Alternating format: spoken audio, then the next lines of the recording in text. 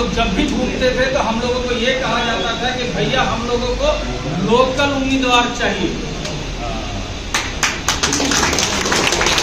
और जब से काराकाट बना है हमको बोलते हुए कहीं पर भी दिक्कत नहीं होता है, ना हमको परहेज है बोलने से।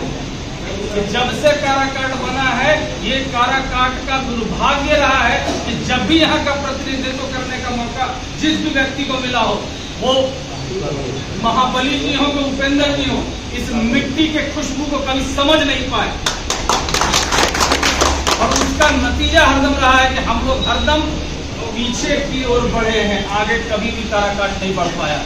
मैं आप लोगों को बीच में एक प्रश्न छोड़ दे रहा हूं कि काराकाट में एक भी ऐसा योजना बताइए जिसको ये दोनों, आज अगर उपेंद्र जी चुनाव लड़ने आ रहे हैं तो उपेंद्र जी मोच पे ताव देते हैं, छाती ठोक के ये नहीं कर सकते हैं कि ये योजना जो है मैं भारत सरकार में मंत्री रहते हुए ये योजना को कर दिया।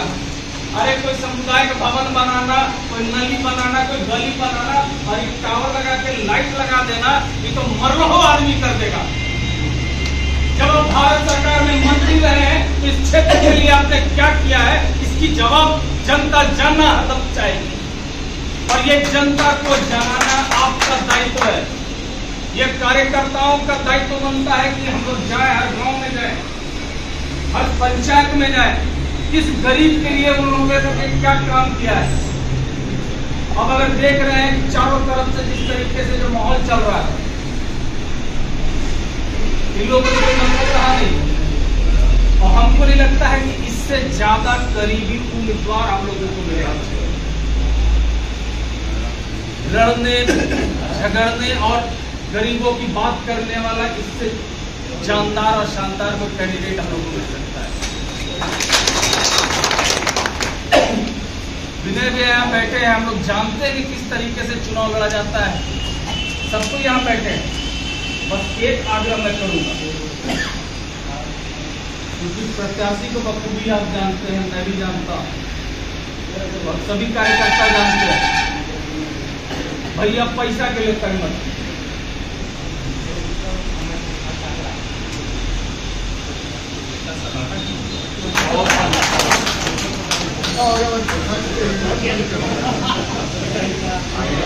कार्यकर्ता जब भी पैसा के लिए लड़ने लगता है तो माहौल खराब हो जाता है। आप इस चीज को बखूबी जान जाइए कि राजा राम जी के पास शुद्ध पॉलिटिकल वर्कर है, और अगर कॉमरेड है तो कॉमरेडों को धन से कभी मतलब नहीं रहा है।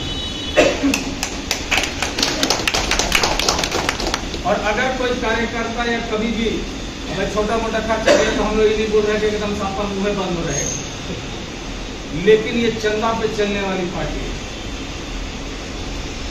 सबको हम लोगों को सहयोग करके, तंग नहीं करना है लेकिन सहयोग भी करना है। हर गांव में जाके जो भी सहयोग बन सके, ये थोड़ी तो जरूरी है कि कोई धन से ही सहयोग करता है। मन से भी अगर सहयोग कर देता है तो वही हम लोगों की असली जीत हो जाती है। और हम जानते हैं बखूबी कि ये काराकाट का जो खास करके औरंगाबाद जिला में जो 3 विधानसभा है, नबीनगर हो, ओबरा हो, गो हो, ये तीनों में बहुत ज्यादा पोटेंशियल है हम लोग को महागठबंधन के अंदर में। जरूरत है सबको समेट के बूथ पे ले जाने की व्यवस्था करनी। और सौभाग्य से अभी हम लोग के प्रत्याशी लेफ्ट पार्टी से, जो कैडर बेस्ड पार्टी है, हमको बोलते हुए कहीं भी दिक्कत नहीं होता है कि राष्ट्रीय जनता दल मास बेस्ड पार्टी है। एक कैडर बेस्ड है, एक मास बेस्ड है। जो कैडर का काम है कि मास को उठा के बूथ तक पहुंचा देना, और जिस दिन आप बूथ तक पहुंचा दीजिएगा मास को, उस दिन आपको कोई जीतने से रोक नहीं सकता। और काराकाट में तो कोई टेंशन ही नहीं है भाई, मेरे 6 का 6 विधानसभा हम लोग जीते हुए हैं। और डब्लू सिंह अपने बदौलत नहीं जीता है, नबीनगर बाबू की जनता जीती है, वहां का कार्यकर्ता जीता है। ओबरा से ऋषि नहीं जीते हैं, ओबरा हो के दाऊदनगर हो, यहाँ के कार्यकर्ता जीतता है और हारता है। वो से भीम जी थोड़ी जीते हैं, वहां का कार्यकर्ता जीता है वो बखूबी हम लोग जानते हैं। और जब अगर कार्यकर्ता अगर नारुष्ट हो जाता है तो डब्लू कौन, ऋषि कौन, भीम कौन, फिर हम लोग फिर से पूर्व लिखा जाएगा।